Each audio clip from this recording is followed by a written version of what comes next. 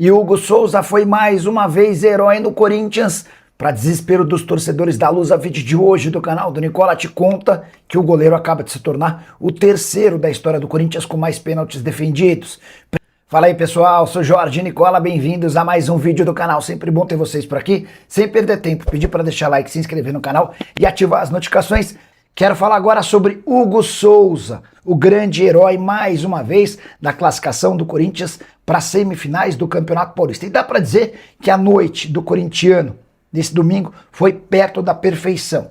Não pela atuação, o time deixou a desejar e não foi bem no empate 1-1 com a Portuguesa, mas esse empate com vitória nos pênaltis por 8-7 permitiu ao Corinthians escapar de um clássico contra o Palmeiras na semifinal com um jogo único na Arena Barueri.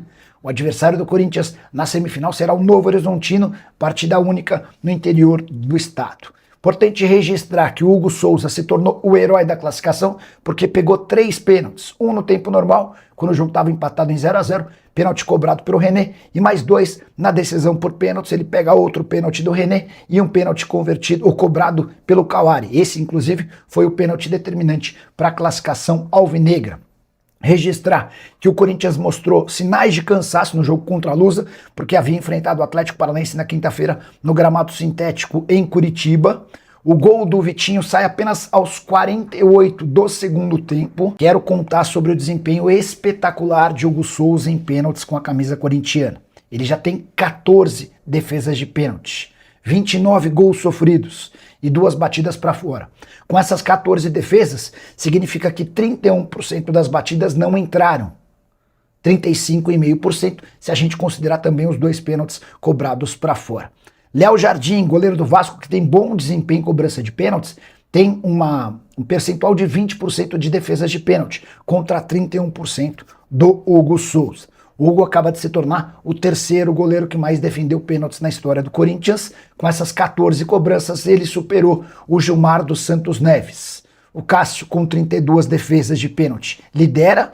O Ronaldo Giovanelli é o segundo com 27. A grande diferença é que o Cássio pegou 32 pênaltis em 712 jogos. Ronaldo Giovanelli pegou 27 pênaltis em 602 jogos. Já o Hugo pegou 14 pênaltis em apenas 102 jogos. Você levaria o Hugo Souza para a seleção brasileira? Qual o tamanho do goleiro do Corinthians? Já usa o espaço para comentário e registre sua opinião. Só não esquece de deixar like, de se inscrever no canal. A gente se encontra assim que tiver notícia. Kevin Viveiros, Mastriani, Cuesta. Vídeo de hoje do canal da Nicola te apresenta quais as chances de reforços no Corinthians. Kevin Viveiros pode virar reforço do Corinthians. O atacante colombiano de 25 anos de idade, que faz sucesso com a camisa do Atlético Paranaense, passou a ser pedido por torcedores do Corinthians nas redes sociais. A mobilização foi tão grande que até virou debate dentro do Corinthians. Antes de gravar esse vídeo, consultei uma pessoa do departamento de futebol e ela assegurou que, apesar de bom jogador, Kevin Viveiros está completamente descartado, tudo por causa da questão financeira. O colombiano foi comprado do Atlético Nacional por 5 milhões de dólares.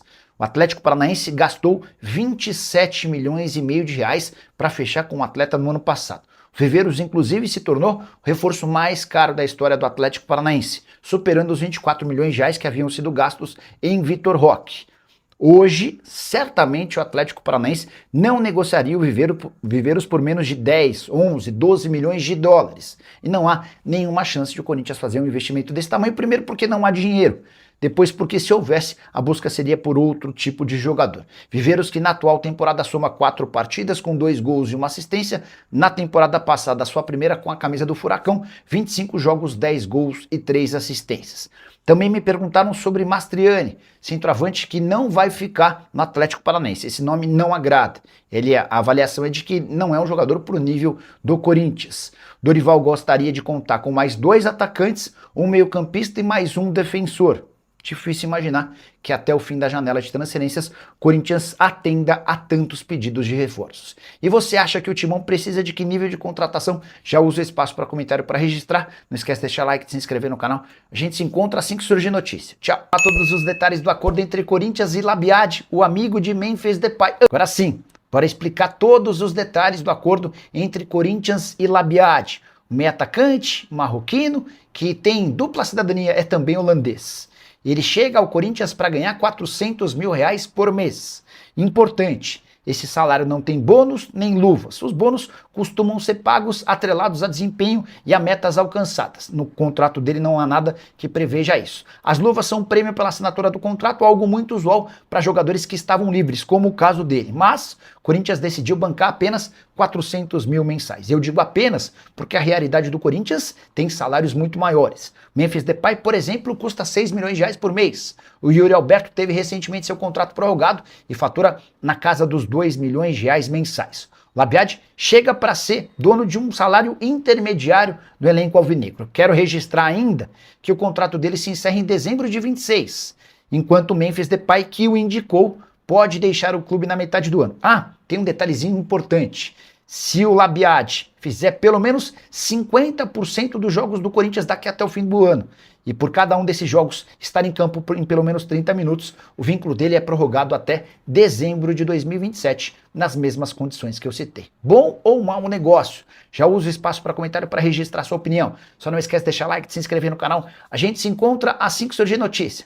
Tchau. Preciso te contar que o Corinthians conseguiu uma economia gigante, com 3 atletas que estavam completamente fora dos planos da comissão técnica, da diretoria e, em especial, do torcedor corintiano. Marcelo Paz foi responsável pelas saídas de Kaká, negociado com Vitória, de Félix Torres, emprestado ao Internacional, e de Héctor Hernandes, que teve seu contrato rescindido. Com a saída desses atletas, o Corinthians conseguiu uma economia superior a R$1.100.000 por mês. São mais de R$12 milhões de economia até o fim da temporada, incluindo também o 13º e todos os impostos. O Kaká ganha na casa dos R$400 mil mensais e foi emprestado ao Vitória sem custos, mas com o time baiano assumindo 100% dos vencimentos. O Félix Torres ganha R$700 mil mensais, foi emprestado ao Internacional sem custos, com o Colorado assumindo 50% dos seus vencimentos. Ou seja, vão restar para o Corinthians R$350 mil por mês, R$350 mil para o Inter. Já Héctor Hernandes, que ganhava R$400 mil mensais, rescindiu seu contrato e se tornou reforço do Gil Vicente. O Corinthians deixa de pagar esses R$400 mil por mês pro atacante espanhol. E você, o que pensa sobre esses números? Já usa o espaço para comentário e registre a sua opinião, beleza? E fala também sobre o Corinthians com informação exclusiva. O Timão tentou comprar uma joia do Mirassol. Hora de falar sobre o Corinthians, que tenta a contratação de uma joia do Mirassol, Christian Araújo. Meio atacante que disputou com a camisa 10 do Mirassol a Copa São Paulo de Juniores. Ele termina o torneio com 16 anos, mas começa com 15. Foi alvo recente do Timão. Posso assegurar que o Corinthians procurou o Mirassol com proposta oficial para compra do atleta. Os valores da negociação, incluindo bônus, poderiam chegar até R$1 milhão, mas o Mirassol decidiu rejeitar a proposta, como já havia feito com a oferta do Hoffenheim no início dessa temporada. Flamengo, Atlético Mineiro, Vitória e Grupo City são outros interessados no jogador, que havia feito boa parte de suas categorias de base no Palmeiras, mas havia sido contratado pelo Mirassol em 2025. Só para completar, importante contar que o Corinthians deve ter o retorno de Breno Bidon para a partida contra a Portuguesa nesse domingo. O volante, que virou desfalque nos últimos jogos por conta de um estiramento no músculo posterior da coxa direita, treinou normalmente nessa sexta-feira e só não joga se Dorival Júnior não quiser.